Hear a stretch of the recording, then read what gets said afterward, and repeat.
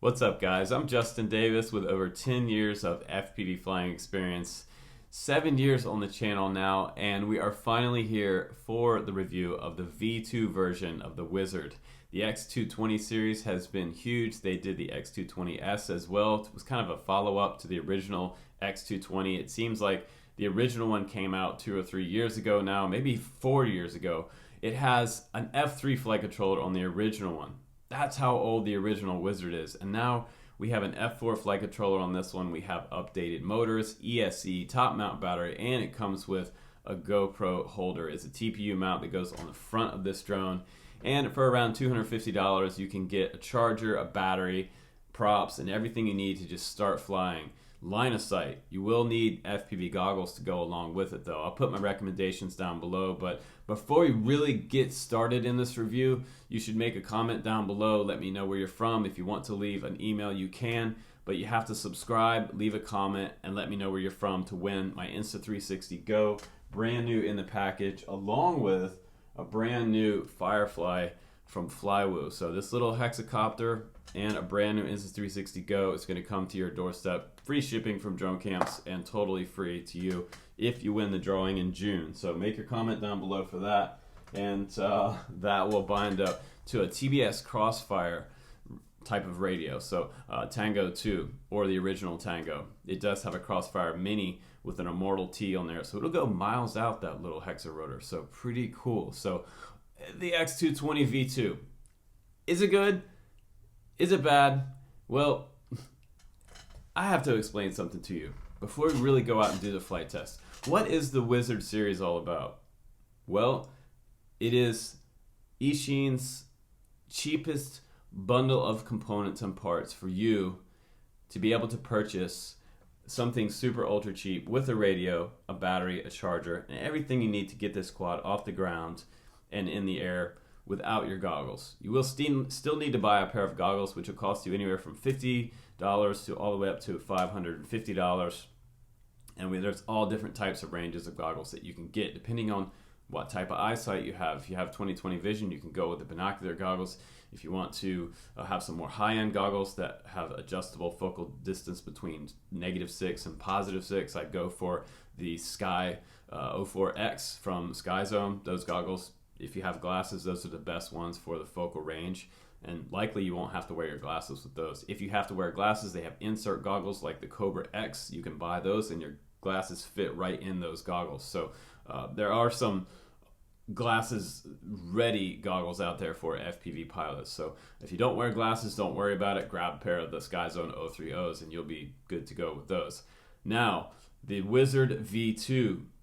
We do have 30 amp updated ESCs on here. We have the TPU mount. We have brand new larger motors on here. These are the 2207 motors. They are clockwise and counterclockwise screws on here, or nuts. I wish they hadn't done that, because it seems kind of old school, like maybe they sourced some old parts on here.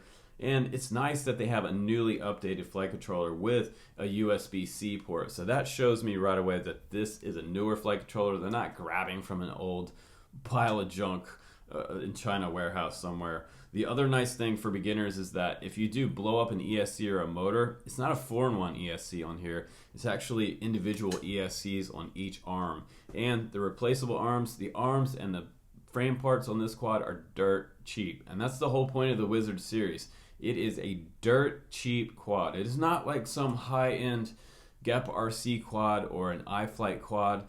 If money is no object, around the same price as this quad with everything you need to fly. Now keep that in mind. This is everything you need to fly. Battery, charger, radio, with the exception of the goggles. So there is a price difference here. For the iFlight Nazgul V2, it is around $230. I believe that's bind and fly without your radio, without a battery, without a charger. So this is a total value budget combo here. And that's what they tried to do. They tried to put all these components together for you at the cheapest price possible. Now, you're going to pay for it sooner or later, depending on what happens as far as the reliability goes with this quad. Will it last 6 months? Will it last 3 months? Will it last 1 year? Will it last 3 years before a component fails? That depends on the manufacturing of the product and the conditions that you're flying in. If you do a power loop like I did and come back around and slam dunk it into the ground or the concrete, you're going to break stuff. You can see mine has a different motor on here up in the front right there. I ended up slam dunking mine, replacing the motor and going back out again and breaking an arm off of it completely. So I made huge mistakes, but I also had a nice durability test for you guys. So these are 5mm replaceable arms, really thick. So this is kind of a freestyle beast beater quad for beginners. It also has TPU bumpers on the very bottom of the motors. I didn't replace this one that I added the new motor on because I used shorter bolts. And these bolts that come along with this have to go through two pieces, 3 different sections here. It has to go through the TPU bottom plate, the arm itself, and this sort of motor shroud around the outside of the motor. Now these motor shrouds should protect your quad's motor in a crash. However, my motor, I think, kind of pressed up against it in the hard crash, and it sort of stopped this motor while it was still spinning. I think that's what possibly blew out my motor. So if you want to use new bolts on these and take these TPU bottom plates off and the shroud, you could probably use something like the M3, say 6mm, I believe 7mm bolt through there. You don't want to use too long of bolts because that's going to go up inside the motor and fry the motor. So don't use something like the original bolts that came along with it. You can buy source packs off Amazon and get yourself some 7mm bolts to mount those without all this extra stuff on the bottom. Now, one thing that happened during that crash too was this little TPU bottom plate right there broke off and it sheared through the bolts. So that bottom plate wasn't actually usable again because these pushed all the way through and it broke that original seating on the TPU bottom plate here. So kind of nice. Also, it comes in the back with this Immortal T setup, so you can actually go to TBS Crossfire later if you want. And I do like the top mount battery, but with the GoPro, you'll definitely feel some weight with the 4S Eachine battery and 2207 motors. So if you're trying to freestyle with a GoPro, you're going to feel some weight coming back around in those power loops. It's not the most powerful quad out there. It is not like a crazy 10-to-1 power ratio. I'd say it's more like 6-to-1. So this is a cruiser to mild freestyle drone. So $250. Let's see what it'll do out in the field. Then we'll come back and we'll talk about this quad, and I will give you some honest to goodness advice that you can take home in this review and decide which beginner quad you should buy first. I'm going to give you my best advice in this video and in the links down below. So let's go ahead and fly this baby. Let's crash it. Let's slam dunk it. Let's put the Eachine Wizard to the ultimate drone camps test. Get ready. Fasten your seatbelt. Here we go. Okay, 2 things first, guys. Analog camera on this one looks much better than the original CMOS camera. This is now an updated Foxeer Aero with CCD camera on there. Very nice resolution. I believe it is 600 TBL. A little lower resolution than the other camera that was on there, but this one looks drastically better. Now, I lost my GoPro, unfortunately, in this review, so now I'm using my 1R, and there's no stabilization on here, so you can see there's a little bit of vibration, a little bit of jello in the video. I just wanted to show you guys that, give you an example of what unstabilized sort of high-end video looks like. And I think my GoPro Hero video looked better than this, but now I have that new fancy GoPro Hero 8 from Gep RC decased, so I'll be using that coming up in some reviews. But I felt like overall it was a good cruiser. The camera is nice, and if you want to start out with a 5-inch race quad, fly in stability mode. It comes in stability mode, which means that when I let go of the sticks, it's not going to flip to the ground. It's going to auto level, which is super cool. Now, it does not have altitude holds. You guys will have to work the throttle up and down to maintain a steady course. And again, go back and watch that analog video. You'll see that the tune on it doesn't have a lot of vibration. Right here, I came late in the power loop and totally crashed. Now going again for a big loop here, and it seems to handle some mild freestyle. So this quad is okay for learning acro. It can be a beater and it can be a cruiser if you want to make some cinema videos, but I think it's a good update. And unfortunately, I just got unlucky with mine. and I broke it a few times. But the cool thing is that this one is easy to fix and the parts are super dirt cheap. But we're gonna go ahead back to the studio now. We're gonna get like super honest about the Wizard V2, and I'm gonna just give you a total breakdown on this quad after I crash it one last time. All right, guys, welcome back from that crazy flight test. Pretty hard slam dunk, huh? Ended up with a new ESC and a motor. So I have a mismatched ESC on here now and a mismatched motor. It is not the original Eachine style motor. The 2207 motors seem to be definitely more powerful than the original Wizard motors. You can get the original Wizard still pretty cheap, but if you're gonna buy a Wizard, buy this one. And I'm not talking about this one versus the Nazgul V2. If you're gonna buy a Wizard, buy this one. This is the better one of the two. I know some people love the Wizard series and they have their heart set on getting this one, also because you can bind up other quads with the FlySky i6, and this is the new version, the i6X, that comes with it. So not only do they have upgraded parts on the quad, they also have the updated version of the FlySky radio that comes along with it. You get the 4S 1500 battery, and this is usually what I recommend. It's a 4S 1550. This one's the 1550 right here. This is one of the longest lasting types of packs that you can buy. These do not swell on me. I really put them to hard flight tests for you guys. And I'm usually going full throttle super fast and trying to hit all those gaps and power loops and everything else for you guys. This quad took a power loop and it broke on the inside of the arm. And one of the big reasons that the arm broke, my front arm broke because I did some work on the quad and I forgot to put one bolt back in, and I forgot to put, I believe it was the outside bolt. So when the quad hit the ground front on in that power loop that you saw, it bent the arm back and it broke the long piece in there. So there's a long piece that goes along here, and then it comes out around this way like this. So it goes in and it meets all the other parts in the middle to make this true X design with that long body plate here. So classic long body plate, TPU, top mount. And I feel like they should have maybe made this part thicker. It feels kind of thin TPU and it flexes more. So my GoPro fell out, and during this review, I lost my GoPro Hero 7 that I've had for like 4 years. Big bummer on the channel, because I had a bunch of footage from this quad on that original Hero. So it's somewhere out in the field now at the church. So if anybody finds it, let me know. But it is a good value because you also get a charger with it and a battery. So honestly, the price on the Nazgul V2 seems to have risen. It's like $260 now, bind and fly, for the analog version. And the Mark IV is coming in around $239. So the Mark IV is, yes, $10 cheaper, but you don't get all the extra gear here. So that's the thing. Yes, it is a good value, but you're gonna pay eventually. But you're also gonna pay to fix the other quad, because you're gonna crash your Mark IV. You're gonna crash your Nazgul V2. You're gonna break stuff. You're gonna repair stuff. There are 3 solder points here to replace an ESC. You can see these wires going in right here on the quad.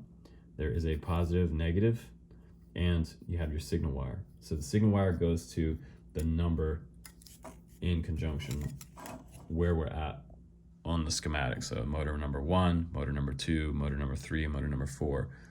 And you'll have to pay attention to that in Betaflight and BL Heli Configurator.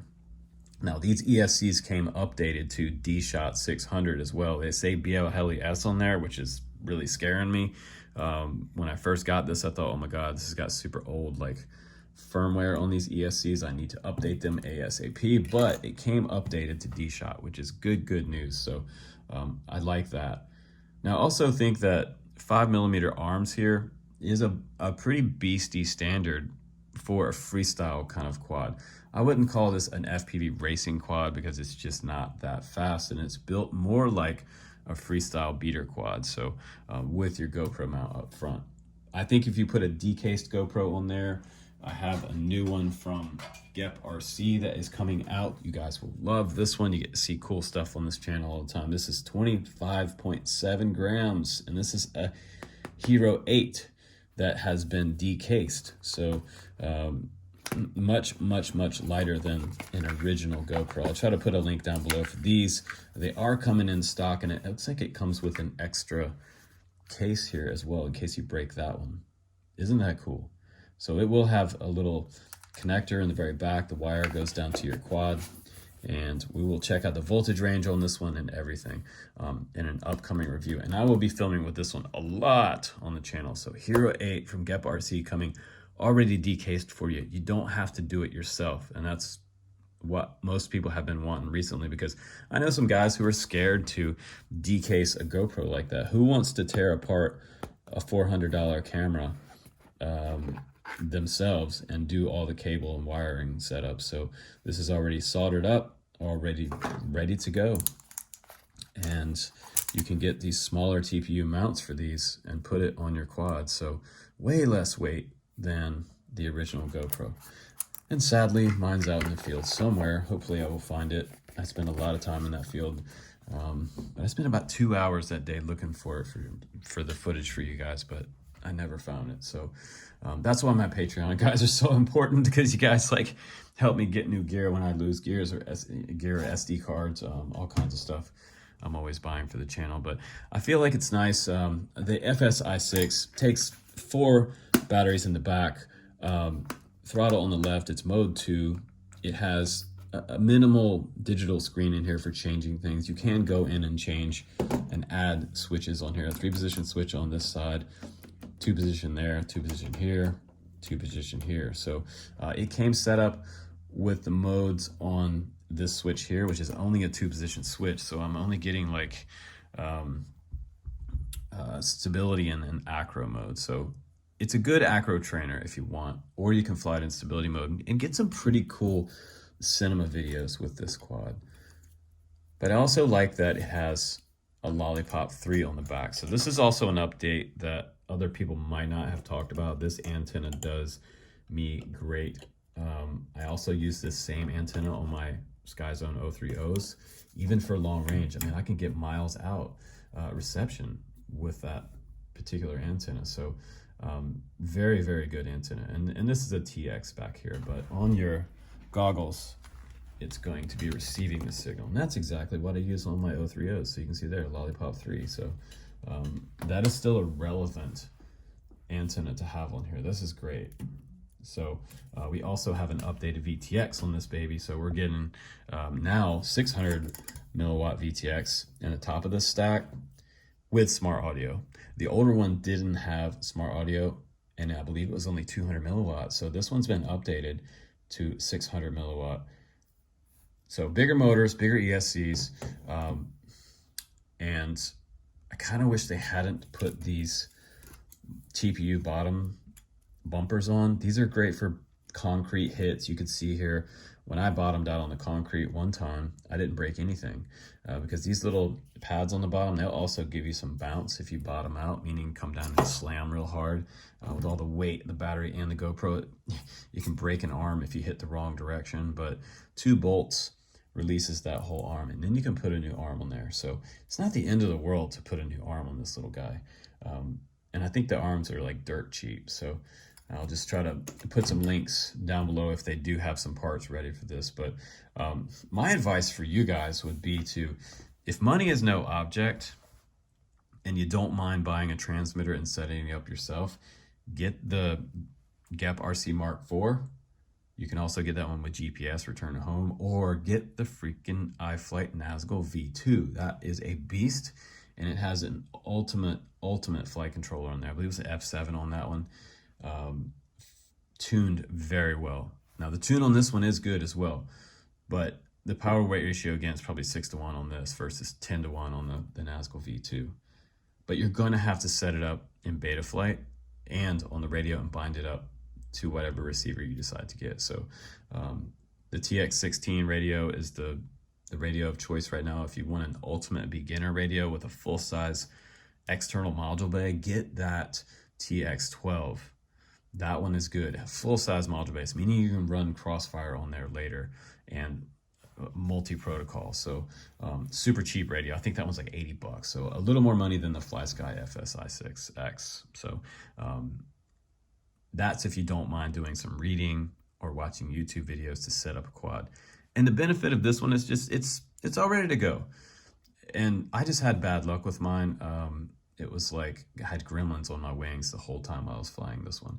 And you know, even though this one is it's one of the best selling FPV beginner ready to fly race drones in history, I'm still going to steer you the other way towards getting the Nazgul V2 or the Mark IV. So I will put my top 5 down below for you guys, and you guys can check that out.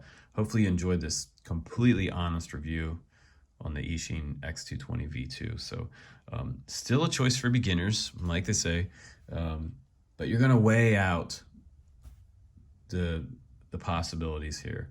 You're going to break either quad you get. So if you're a beginner, you're going to be making repairs, and replacing a 4-in-1 AIO or ESC is going to be harder because you have to do soldering on all the motors. If you have to replace an ESC or motor here, you're only doing one arm at a time. It's not likely that you're going to blow out multiple motors. Now, I have done that in the past, but it's not likely you're going to do that. You're going to blow out one arm at a time. And you may break an arm. But again, things are replaceable, and that's what's fun about this hobby. When you put a new part on there, it's kind of like putting a bumper back on a car. So it looks brand new all over again. So thanks again, guys. Please do subscribe and make your comment down below for that Insta360 Go and that little cool Firefly. Coming up in June, we're going to give this away on the channel to one lucky subscriber. Guys, I'm Justin Davis. Take care. Hopefully you enjoyed my opinion and honest recommendations on the X220 V2. I'll see you on the next one.